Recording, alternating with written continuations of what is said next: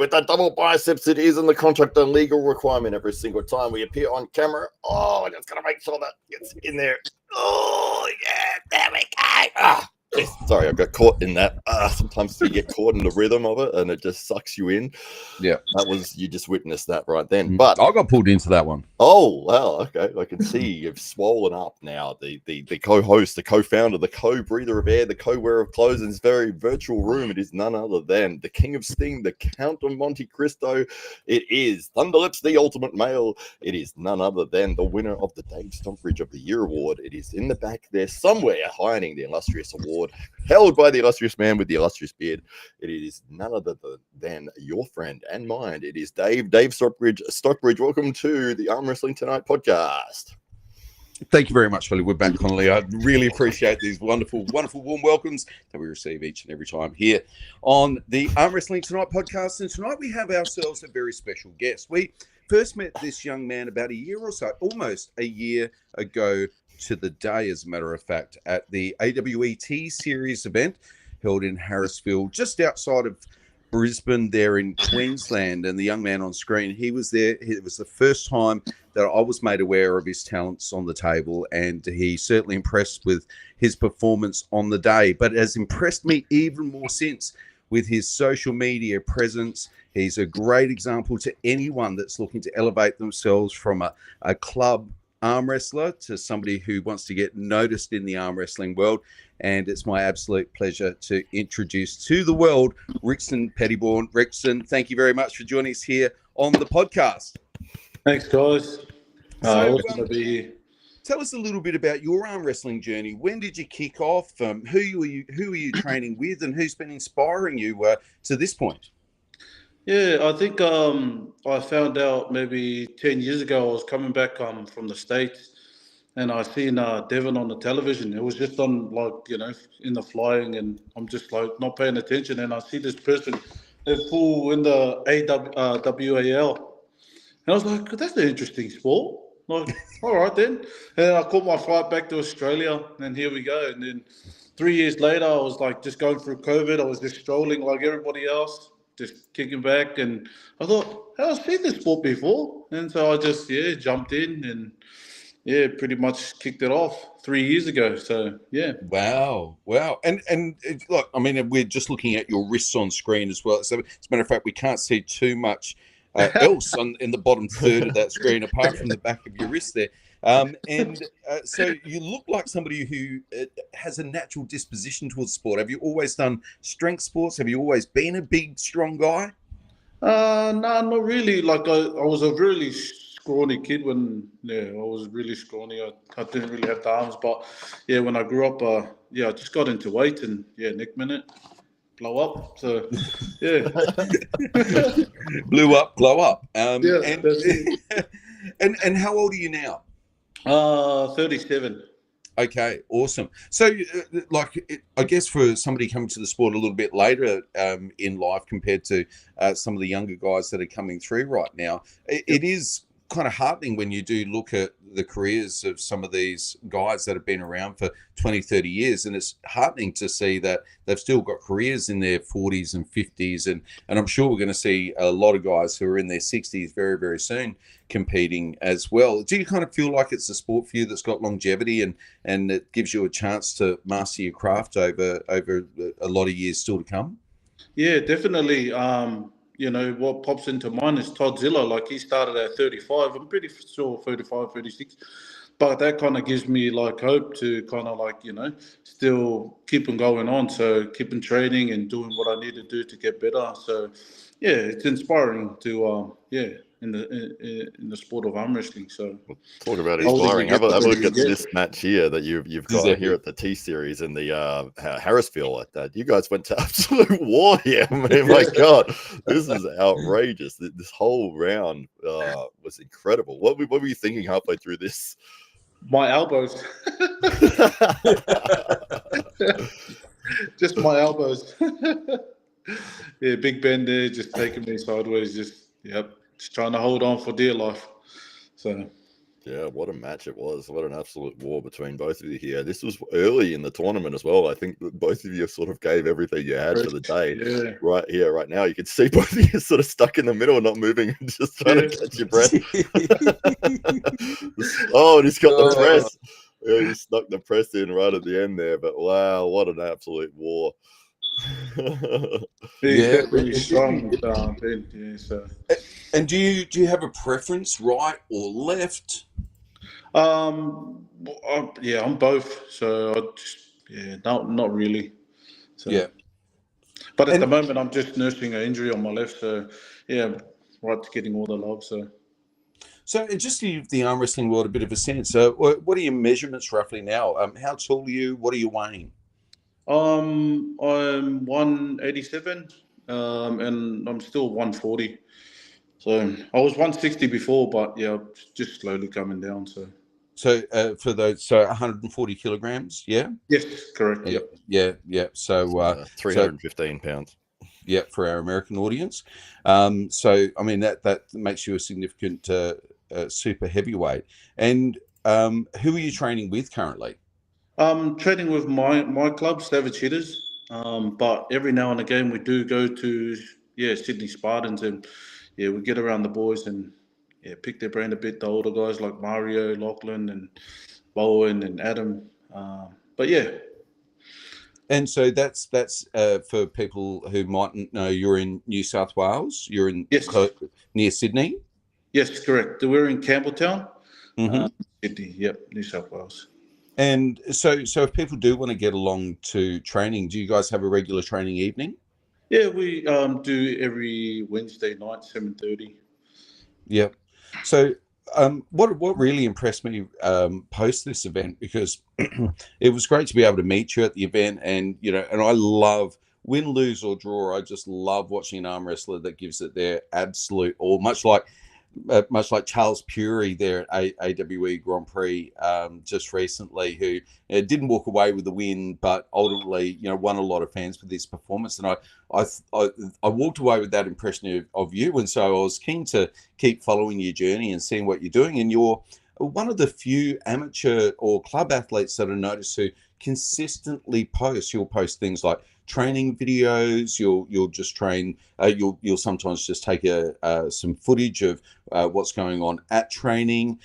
You're kind of sharing your journey with the world, which is something that Matt and I are always encouraging athletes to do. And for us, we feel like there's kind of two things going on in arm wrestling. There's what goes on the table and what happens off the table, but on the screen. And it seems to me that you've kind of worked this out. And is it been more through the necessity of having to, now you've got this club, trying to grow the club and bring about some more awareness around the sport, or is it just a matter of, you want to kind of share your journey with the world and really see where the sport might take you in the years to come?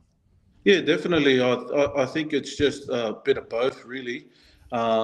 Just where I can kind of like grow the sport, and I just love the sport. Like it's just a great atmosphere to be around, and everybody's always kind, and everybody's always good to have a chat with. So it's really nice to be around. So, and even just in future matches, whoever can come through, I'm always keen to kind of like pull. So yeah. And now that the new year has come around, what are you planning competitively for the year ahead? Have you got some opponents in your mind that you think, what, I wouldn't mind taking the step up or taking that name on, or have you got some things that you're training towards in 2025? Yeah, for sure. It just always gets my juices going when like people are out there. Like I see their training videos as well, and you know, I just go, "Wow, I'm keen to see what he's about." Like, you know what I mean? So, always keen to go to comps and grip up with people, and even after pools, and just kind of like talk with people, and um, yeah. Have you And had a favorite moment in your arm wrestling career so far? I think is when I met like a lot of the guys that I watch on YouTube, like Ryan Bowen, like Lachlan Adair, Mario and Tim Barkus, just like the guys that have been here for a minute, that have been here, and putting Australia on the map. So kind of like, that's a good moment. So. Yeah, absolutely. Well, as I said, it was fantastic to be able to meet you in person as well up in Queensland, and you guys put on a show. One of the best matches, probably the best match of the day of the tournament, was the one we just saw a minute ago. Is it that usually that you'll get into those kind of wars? Because I saw even in the rest of the tournament, you had some pretty back and forth matches. It wasn't many flash pins going on there. Yeah, I mean, I won't give up easily, that's for sure. So it's kind of like, I always have that kind of in my head. You just got to work for it. So if you're going to try to pin me, you just got to work for it. And vice versa, you know what I mean? So, yeah. As you've been gripping up with these different athletes, maybe from other clubs or at these events, is there like it's hard sometimes in your own club to get people that are right there on your level, but are you gripping up with any other athletes outside of your club that kind of feel like they'd be a really good match that you haven't yet had the chance to have a super match with or meet in the tournament setting as yet? Yeah, definitely. There's a couple that come into mind in Sydney, and we've recently just had super matches, and yeah, it didn't go my way unfortunately, but it gave me a bit of juices to kind of like go into the future and kind of work on things. So tell us a little bit about that. So there's been some recent super matches for you in the club? Yeah, here at Spartans. So maybe not recently, but it's kind of like maybe a few months ago, back last year. Yeah. And one kid called Oliver back at Sydney Spartans. He's up and coming, and he's really really strong. He's 19 years old, big frame. But yeah, just I won the first round and then I lost the two, so it was close. But yeah, definitely work in progress. It's so good. And well, it's so good when it's so close and you kind of think, well, you know what? Next time I'll get you. Next time I'll get you. Yeah, So, most definitely. Most definitely. I'm always keen to grip up with this guy and learn. And even from the other boys from Sydney Spartans, a lot of them are super heavyweights. So it's good to just learn from those guys as well.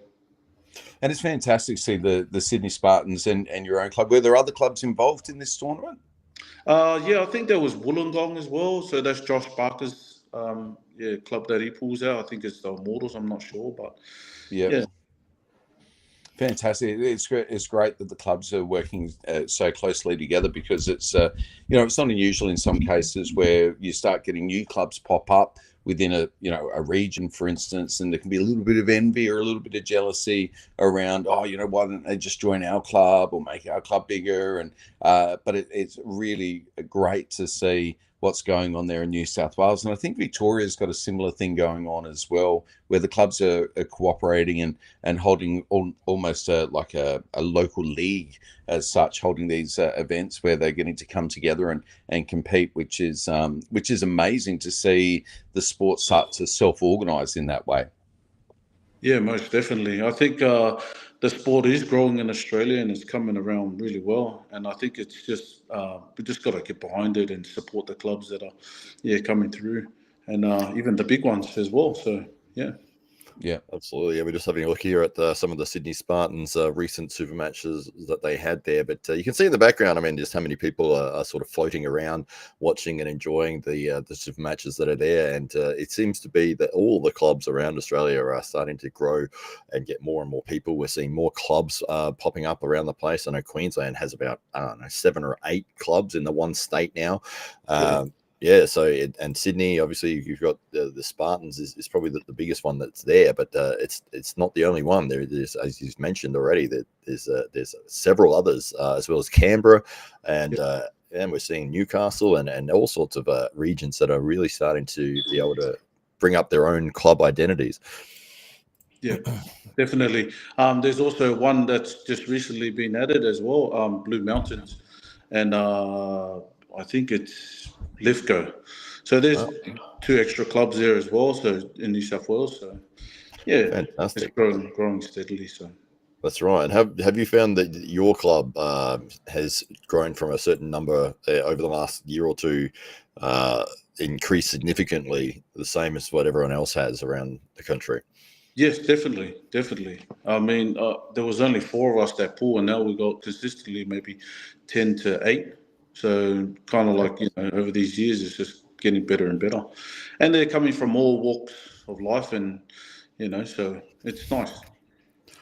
Absolutely, yeah, they're so good, and yeah, we're seeing growth across everywhere throughout Australia, and not only with the growth, but with the skill level also increases too, because iron sharpens iron. If you're consistently working with people that they may start as a beginner, but then their natural strength or genetics or skill or different styles or techniques will start to push everyone else in the club, and you see that growth and that skill level really start increasing. Whereas if you were just sort of stagnant with the same people all the time, maybe you're the strongest person in the room and it's like you're never really increasing your skills. But if you've got people that are pushing you and maybe getting past you and getting better and better, that's where you can really start seeing the level across the country rising. Yes, most definitely. Like a lot of my guys that have come through, they just come from a powerlifting background, and so it kind of like brings a different dynamic to like our club too. So it's kind of like bringing that lifting aspect. You know what I mean? So brings that. It's nice. So. And is that impacting how the guys in the club are now training? Like, are you spending more time in the gym as opposed to being on the table, or how's that working out?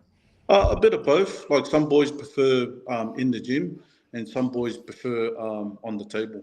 So I think it's just like varies from each person to person, but definitely a mix of both. Yeah, yeah. What was your first experience on the table like? Holy! It was against Josh Parker. Yeah, Oh, great place to start. yeah. One of the boys, he unfortunately passed away, and he was like, "Come and verse him," and I was like, "Oh, he seems pretty small. All right, then, no worries." And then I kind of sized him up, and I thought, I can beat him. And he gave me a first chance. He was like, "Yeah, no worries." And then the second time, he just stonewalled me. I was like, "Oh wow." How heavy are you again? And he goes, "I'm only 70 kilos." I was like, "What?" I was like, "Oh no, this is no good." Hilarious. Of all That's the so people. good. Yeah, exactly. And who was your first person experience on the table, Matt? Already know. Well, officially it was Tom Glacier, which is awesome. He's a fantastic guy. But aside from unofficially, because that was a bit of a quick 30-second go at it.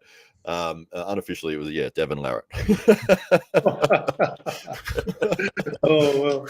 So he was coming through Australia and doing seminars, and I thought, I can't miss that. I've got to go see the guy I've been watching on YouTube. And so it's sort of the first time I got on the table was with the number one of the guy in the world at that time. So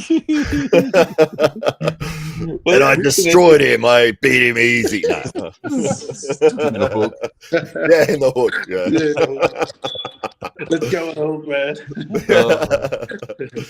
Rixon, it says a lot about you. I guess if you're new to the sport, you wouldn't necessarily know who Josh Parker is. And for those that are watching from overseas who perhaps don't, Josh Parker's been the number one guy around 70 kilos in Australia for quite some time, as opposed to Josh Parker's calf, which is useless. Josh is 70 kilos. It's mostly in the forearm. It's about 38 kilograms. It's just in the forearm. But he's got from the outside in perspective, he looks a little bit like Buddy Holly. He's a thin guy. He's got a slight build, but he's got a sleeper build. He takes that shirt off, and he's like Mr. Olympia underneath. And you're coming up to the table almost twice as heavy, and that's your first encounter. Says a lot about you, Rixon, that you had the humility to kind of go, well, I'm not gonna let that, being beaten by somebody half my weight stop me. I'm going to really learn how to do the sport. Definitely it drove me to kind of like get better, because I was like, how can a 70-kilo guy beat me? I'm like, just like scratching my head going, that doesn't make sense. So it kind of perked up my ears, and I was like, I think I really like this sport. So I'm coming back for more of that humiliation next week. I'll be coming back bigger and better. We're seeing right here Josh Parker at 75 kilos taking on Tyson Bryce, who was 150 kilos, so completely double his weight. And this was the AWE Underground event we held in Marcus Atirai's shed. And Yeah. see right here, look, there you go, known for his press, and there it is, bang, straight through the 150-kilo giant of Tyson Bryce. So, yeah. Big guy, strong guy. I remember feeling him. I think it was AWE, that event that I came to. I think. Yeah. He was strong. Oh. I remember. I grouped up with him and I could move him, and which blew my mind even more. You know, it was just like, how strong is Josh Parker? Yeah, exactly. At 70 kilos, he truly is pound for pound one of the strongest human beings you're likely to ever encounter. Yep, absolutely. And so your first experience is jumping on with him, and was that like, was a training session, or did you get on with anybody else? It was at Spartans. It was at Spartans, and it was my first time literally coming to the club. It was my first time to the club, and I grouped up with him. And I was like, so good. Yeah, we've got a young man. His name is Valera, who's 50 kilos, and he's not quite on the level of Josh Barker, but he is decently strong. And his favorite thing is to get people on their first night. Freak them out a little bit. Tell them. It definitely freaks people out when like you can hold them at 50 kilos and they're double the size. It's just it's his favorite thing. People out. Yeah. So I was there first night. Oh, hey, come on the table with me. Yeah, and then he would just not let them move. Yeah. But you can see here Josh trying out his top roll, and it's not working as effectively for him. Elbow foul sort of may have saved him in that position. I think he changes back to his press, which he's known for. But definitely an absolute weapon when it comes to the division, his weight class. Taking out super heavyweights. But it's fantastic. That was your first experience with him. So on that night, so there you go. It's changed back to the press. Instantly gets the win. But so how many people did you jump on with on that first night? I think I jumped on with a couple, and like I was pretty much just watching the other boys as well, like Lachlan Carpenter, Mario, Bowen, Quintado, Adam, Laura. So I was just watching those guys, and I was just like, wow, these guys are actually really strong. Yeah. And just like I was like, I think I'm gonna stay a little while, just get a little stronger, so I can give these guys a little go, I'm a very competitive person, just in general. So, but I'm a low key, just I'm a grinder. So, what a room to find yourself in your first night of arm wrestling as well. Like you're really walking into a room of Australian arm wrestling royalty there. And some of the biggest names and brightest stars of Australian arm wrestling, and that's and it's no wonder that you've come as far as you have in just the last few years, and that there's some really great examples amongst those guys in terms of all the right things to do on the table, and a few of them are doing great things off the table, much as yourself. Yeah, definitely. I mean, the biggest the lessons I took away was from Oz Kegler. So like. He's a legend in the sport, so he's been around for a minute, and he taught me a lot on the table. So I give credit to him as well. So a lovely guy, Oz. He's awesome. Definitely has contributed enormously to the growth of the sport of arm wrestling. I've got a video of him right here. Let me just bring that up for everybody, so we know who we're talking about. And click the right button. And then perhaps after that we can throw to the comments and see what the good people of Arm Wrestling Tonight are saying. There you go. So this is Oz here. You got Mario Tambakis on the left of screen as well. I mean, if this is one of those things, if you're walking into an arm wrestling club and you're seeing not only guys like Oz and Mario, but you're getting guys like Rixon and Bowen Quintano and Lachlan Carpenter and Josh Barker, and it's just like, okay, this is like some of the top 10 guys in the country right here in this group. Yeah, most definitely. I think it's a humbling scene, like where you see all of them and you're just like, wow, these guys, you see them on YouTube or you see them at comps. Now I'm just talking to them like a normal bloke, you know what I mean? And they're really nice guys, you know what I mean? Like, even like yourselves as well, when I seen you guys and I was like, oh, there's Dave. Oh, there's Matt. Oh, there's Ryan. Like, I was just like, I watch these guys all the time. It's nice. Oh, so good. So good. Because it's funny because like for us it feels like no one's watching. And of those people who aren't watching tonight, what are they commenting on? What have they got to say? Oh, well, we've got some of the classics and legends that are local to Australia here. We've got French McGee, who's jumped in here, and she's the Siren, the singing arm wrestler. She doesn't sing while she arm wrestles, but she is quite adept. She could work it in, though. Yeah, that'd be good. Yeah.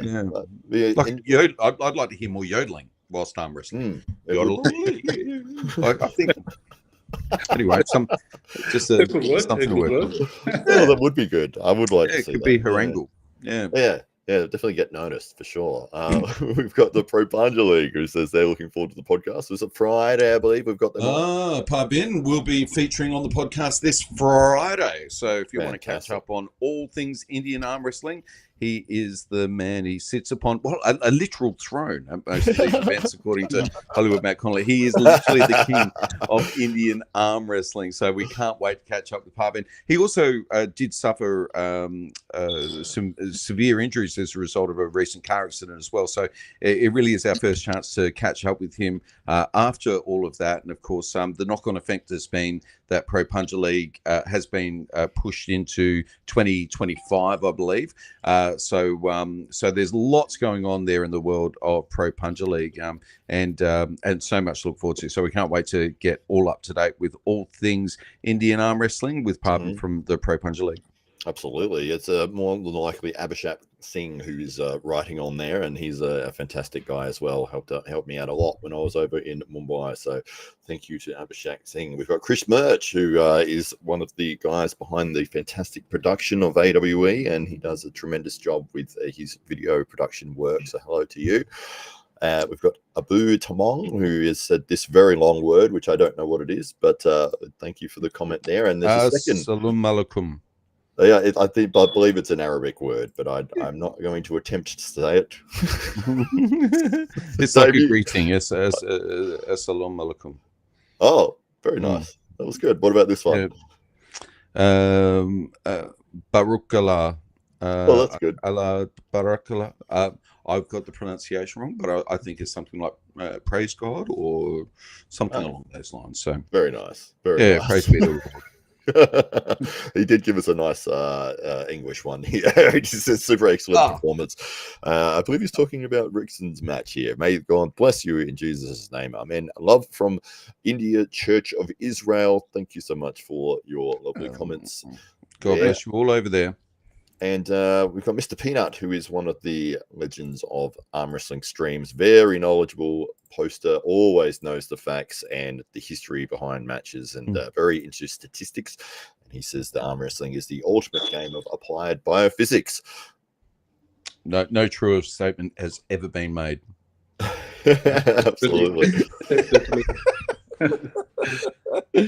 So we're not going to let you go without you calling somebody out tonight, Rixon. So who is on your radar for 2025, maybe 2026? If you could pick your dream matchup, who would that be and why?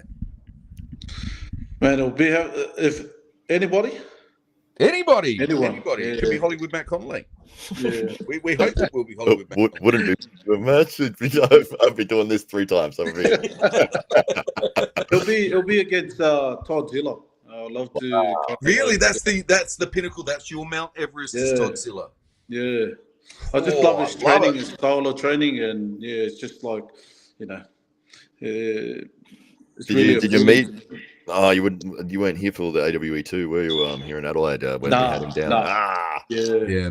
I would have loved to. Yeah. I forgot. I thought for some reason you were at every event, and I was like, "Oh, you would have met him." I was like, "Oh no." Just bring me along next time, and I'll be there. and before we go away, why Todd Hutchings? Why would he be on your list? Oh, I mean, like, he's a legend. Like, I can't say enough about the man. Like, he's definitely trained hard. It's been so many years, and he's been consistent too. So, just kind of piques my eyes to it, because I want to do the same thing. Just stay consistent and try to stay healthy over the years, and compete as much as I can. So absolutely love it. And so if people want to follow you or follow what's going on with the club, how can they do that? Yeah, find us on Instagram, Savage Hitters Arm Wrestling Club. And yeah, we're also on Facebook, and it's Rixon Hitter. You can also approach us on there. So Awesome, mate. Well, thank you so much for joining us here on Arm Wrestling tonight. It's been a pleasure to have you, and we can't wait to see what happens for you in 2025. Ladies and gentlemen, Rixon Pettyborne. thanks, guys. Appreciate it. Thank you for taking out your Thank time you. to do that. Thank you. All right. Thanks again to everyone in the chat. We'll finish up with a nice double bicep one more time. There it is. Oh, look out. Got to keep the lawyers happy. And, well, look out. It's throwing Richardson off his game. Maybe I'll have to do that. If we ever have a match, I'll do this beforehand, which will hopefully prevent me from doing this, which I think would happen. But, yeah, so good to see everybody. We will end it there. Thanks again. We'll be back tomorrow night with another show.